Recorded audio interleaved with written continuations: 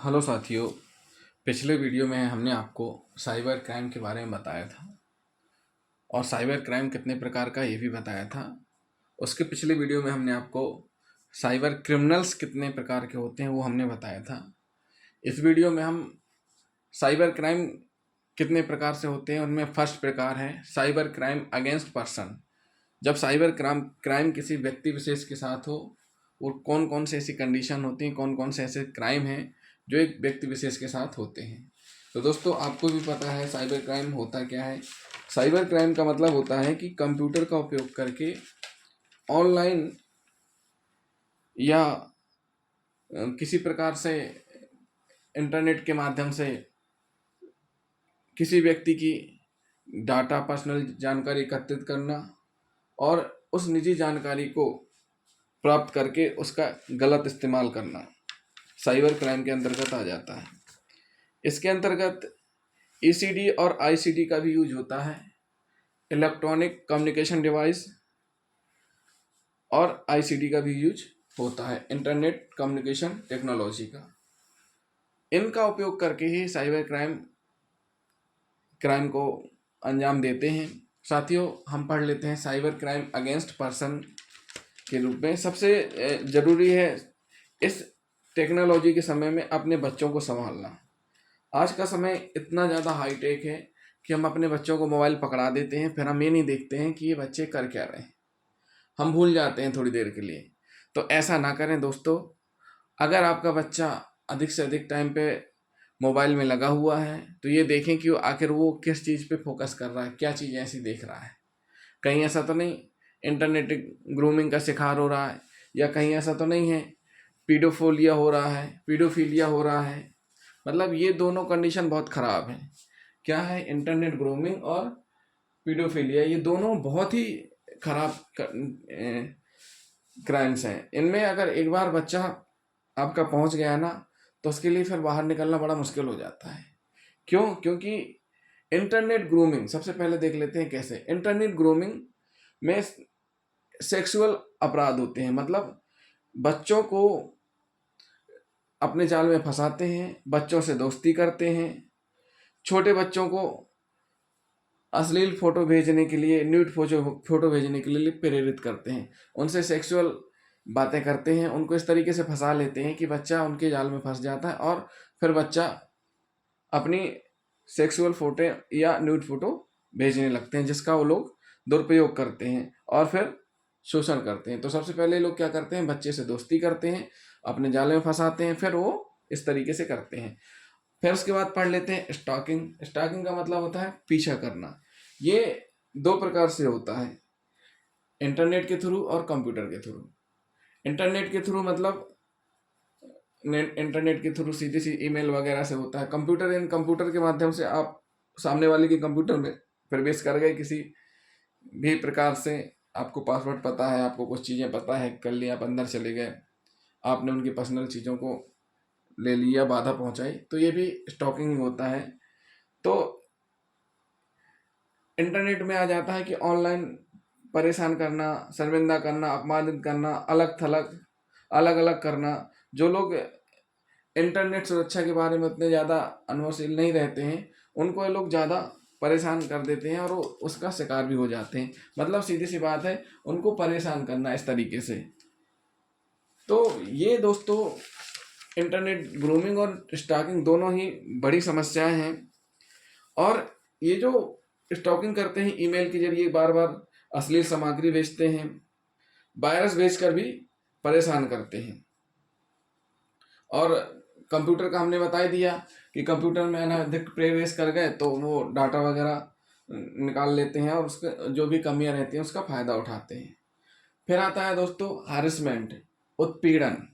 मतलब ये टारगेट करते हैं पर्सन को और उसको इस तरीके से भावनात्मक रूप से परेशान कर देते हैं, ईमेल से, सोशल मीडिया से, ऐप से, वेबसाइट से, ऑनलाइन संचार सुविधा से, कि सामने वाला इतना डिप्रेशन में हो जाता है, कभी कभी तो सुसाइड भी कर लेता है, यानी हत्या, आत्महत्या जैसे कदम उठा लेते हैं।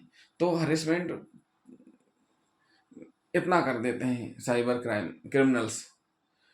अब बात करते हैं एक्सटॉर्शन। एक्सटॉर्शन मतलब उद्यापन। तो इसका मतलब ये होता है एक्सटॉर्शन में, कह सकते हैं कि गैर कानूनी तरीके से धन या अन्य लाभ के लिए किसी व्यक्ति और संगठन की प्रतिष्ठा को नुकसान पहुंचाना, ये एक्सटॉर्शन के अंतर्गत आ जाता है। साइबर क्रिमिनल्स किसी भी जो प्रतिष्ठित व्यक्ति है या कोई संगठन है उससे संबंधित कोई भी ऐसी चीज़ें प्राप्त कर लेते हैं और गैर गैर कानूनी तरीके से उनको ब्लैकमेल करते हैं और फिर उनसे अपने हिसाब से धन या रुपए लेते हैं। उसके बाद दोस्तों 5th नंबर पे है फीडोफीलिया। मतलब ये है कि सेक्सुअल शिकारी कह सकते हैं इनको। मतलब ये सबसे गंभीर समस्या है। ये बच्चों को ढूंढते रहते हैं जो उनके जाल में फंस जाते हैं, उनसे संपर्क करते हैं, मीठी मीठी बातें करते हैं और फिर अपने जाल में फंसा के अपने हिसाब से उनका शोषण करते हैं। तो दोस्तों हमें अपने बच्चों पर नज़र रखनी है, देखना है। अगर आपका बच्चा ज़्यादा ऑनलाइन इंटरनेट पर टाइम स्पेंड कर रहा है तो आपको ध्यान रखना है, वरना बहुत फिर दिक्कत हो जाएगी। अब पढ़ते हैं फेसबुक स्टॉकिंग।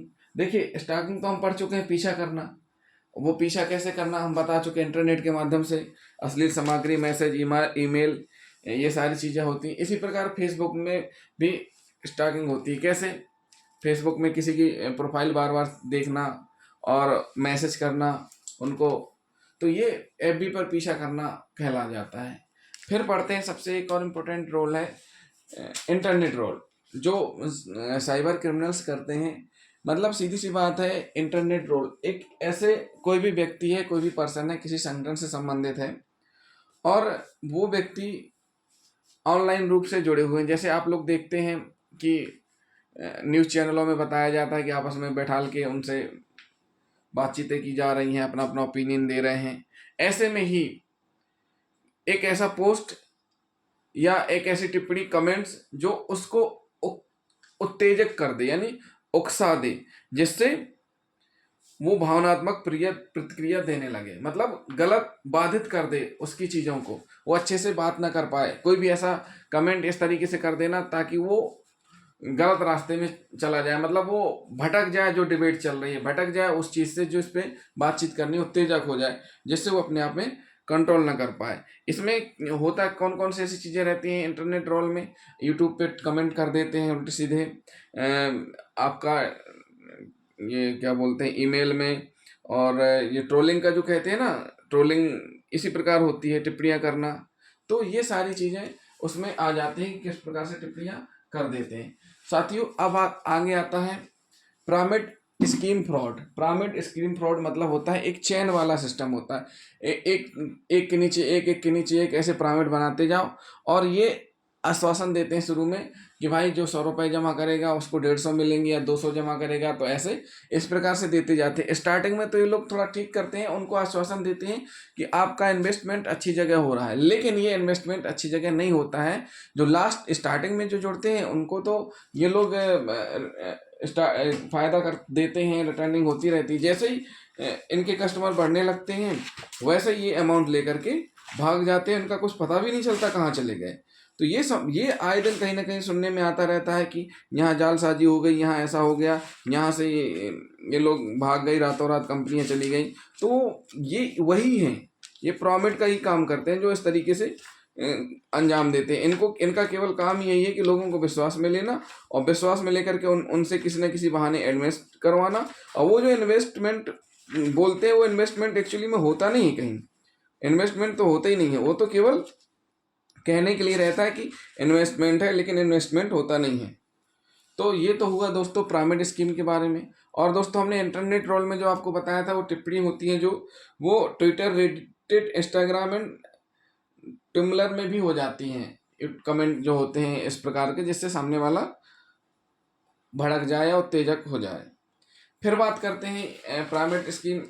क्लियर हो गई दोस्तों, ये धोखाधड़ी है। मतलब इन्वेस्टमेंट के नाम पे रुपए इकट्ठा करवाना और लास्ट में रुपए लेकर के भाग जाना, नई नई स्कीम देना। देखा होगा बहुत से आते हैं कि टेलीग्राम या इस तरीके से कि आप लोग 10 रुपये लगाओ, 20 रुपये, जो स्टार्टिंग में तो अच्छा रिस्पॉन्स देते हैं। आप 1,000, 2,000, 3,000 तक जाओगे, जैसे ही आपने बड़ी अमाउंट इन्वेस्ट की वैसे ही आपका वो अकाउंट ही सामने वाला गोल कर लेगा, अपना पता ही नहीं चलेगा कि लो कौन सा अकाउंट था, कहाँ से क्या हो रहा था। फिर बढ़ते हैं क्रेडिट कार्ड फ्रॉड। ये कहलाती है फिशिंग करना। मतलब ये सामने वाला आपसे इंटरनेट के थ्रू या बात करके इस तरीके से आपको फिशिंग यानी दाना डालेगा कि आप उसकी बातों में फंस जाओगे, और आपके क्रेडिट कार्ड का जो भी पासवर्ड है, जो भी नंबर है, वो सामने वाला पता कर लेगा। और वो एक हिसाब से कह सकते हैं चोरी कर लेते हैं। क्या कर लेते हैं, आपका पासवर्ड जो भी रहता है, पिन नंबर, सिक्योरिटी कोड, ये कार्ड नंबर, ये चोरी कर लेते हैं और फिर उसके बिहाफ में वो सेलिंग परचेसिंग करते हैं। तो ये है दोस्तों credit card fraud. Online banking fraud, इससे तो आप सभी भली बात जानते हैं कि आए दिन किसी न किसी प्रकार की कोई ओटीपी मांगता, तो कोई कहीं कॉल लगा के बात करता कि आपका ये खुलने वाला है या ये चीज़ होने वाली है, इसमें आपको इतना फ़ायदा होगा, आप क्लिक करें। तो जैसे ही आप क्लिक किए, पता चला कि वो आपका खाता पूरा खाली। तो ये कभी कभी ऐसा भी होता है दोस्तों। एक चीज़ और बताएं हम आपको कि आप ये सोचो कि हमारा खाता तो खाली है, अगर सामने वाला हमें कॉल करके हमसे कह भी रहा है कि आपकी बैंक अकाउंट की डिटेल मांग रहा है, आप उस बैंक अकाउंट की डिटेल दे रहे हैं जो कि आपका खाली है। तो दोस्तों खाली मत समझें, बैंक डिटेल जरूर खाली है, लेकिन सामने वाला आपके आईडी प्रूफ से, आपके उस ईमेल आईडी से, आपके उस बैंक खाते से क्या क्या कर सकता है। सो साथियों, ऑनलाइन लोन ले सकता है आपके नाम पे, ऑनलाइन क्रेडिट कार्ड तैयार करके सेलिंग परचेसिंग कर सकता है। मतलब इस लाखों रुपए का चूना लग सकता है। इसलिए दोस्तों, चाहे आपका खाली हो अकाउंट, चाहे खाली ना हो, कभी भी आप पर्सनल चीज़ें शेयर किसी को भी मत करें, क्योंकि बैंक की ये गाइडलाइन है। कभी भी आरबीआई ने साफ कह रखा है कि कभी भी बैंक आपको फ़ोन लगा के ये सारी चीज़ें नहीं पूछती है, आपका ओटीपी, पिन नंबर या अकाउंट से रिलेटेड जानकारी नहीं पूछती है कभी भी बैंक। अब है दोस्तों OLX फ्रॉड। इसमें क्या होता है, ये OLX में देखा होगा आपने कि किसी ने अल्टो डाल दी, साथ में आर्मी वाली फ़ोटो डाल दी, किसी ने बुलेट गाड़ी डाल दी, किसी ने सफारी डाल दी, किसी ने दूसरी गाड़ी डाल दी, और रेट उनका कम रखा, और साथ में बता दिया कि हम एयरफोर्स में हैं या आर्मी में हैं या CISF में हैं। लोगों को ये लगता कि यार आर्मी वाला है और इसलिए सस्ती गाड़ी बेच रहा है क्योंकि ट्रांसफ़र हो रहा होगा इसका। बट ऐसा नहीं होता है, ऐसा बिल्कुल भी नहीं होता है। ये लोग करते क्या है कि इस तरीके से सामने वाले को, उनको पता है कि आर्मी के प्रति लोगों की सिंपैथी रहती है, जिस कारण वो अपने जाल में फंसा लेते हैं। जैसे ही आप उनसे बोलेंगे कि हाँ हम लेने को तैयार है, तो आपसे कहेंगे एक काम करो, आप 2,000 रुपये डाल दो, फिर 3,000 डाल दो, फिर 5,000 डाल दो। इस प्रकार से धीरे धीरे करके आपसे काफ़ी हद तक बड़ी अमाउंट आपसे ले लेंगे, और लास्ट में जब आप उस पते पर जाओगे या कुछ दिनों बाद बात करोगे, तो पता चलेगा या तो नंबर नहीं लगेगा या फिर वो साइट ही नहीं है। तो ये इस प्रकार के फ्रॉड रहते हैं। अभी हमने खुद एक प्रैक्टिकल देखा है कि एक अल्टो का ऐड आया हुआ था, उसमें नंबर लिखा था और सामने वाला बोल रहा है कि हम एयरपोर्ट से बोल रहे हैं, और एयरपोर्ट जब हमने कॉल पर खुद बात की उससे, तो पता चला कि एयरपोर्ट के बगल में आवाज़ आ रही थी दूसरी चीज़ों की। तो वहीं समझ गए कि ये वहाँ पे है ही नहीं है। तो ऐसे जैसे ही उनको पता चला कि इनको ये बात समझ में आ गई, तो तुरंत वो कॉल काट देते हैं या फिर वो ब्लॉक अपने नंबर बंद कर लेते हैं। तो साथियों, इस तरीके से फ्रॉड होते हैं, इनसे आपको बचना है। अगले वीडियो में हम आपको संपत्ति से रिलेटेड फ्रॉड बताएंगे, फिर उसके भी आगे में हम देश से रिलेटेड बताएंगे, और साथ ही साथ हम ये भी बताएंगे कि मोबाइल से रिलेटेड कौन कौन से फ्रॉड होते हैं, कैसे ब्लूटूथ आप अपने लिए हानिकारक बन जाता है, और कैसे किस प्रकार से ये चीज़ें हो जाती हैं कि जिससे हमें बहुत ज़्यादा दिक्कत होती है, किस प्रकार से मैसेज से फ्रॉडिंग होती है। तो ये किसी ना किसी तरीके से होती रहती है। किस प्रकार से हैंडसेट से थेफ्ट होते हैं, किस प्रकार से क्राइम्स विद से कॉल्स होते हैं, सिम कार्ड क्लोनिंग कैसे होती है, MMS क्राइम क्या होता है, ये हम साथियों अगले वीडियो में हम आपको बताएंगे। तो जिन साथियों ने हमारा चैनल अभी तक सब्सक्राइब नहीं किया है, तो हमारा चैनल सब्सक्राइब कर लें। तो साथियों, अभी हमने आपको बताया साइबर क्राइम अगेंस्ट पर्सन के संबंध में, आगे हम और भी अच्छी जानकारी देते रहेंगे। तो साथियों, हमारे चैनल को सब्सक्राइब और बेल आइकन बटन दबाना और वीडियो को लाइक शेयर करना बिल्कुल भी ना भूलें। थैंक यू दोस्तों।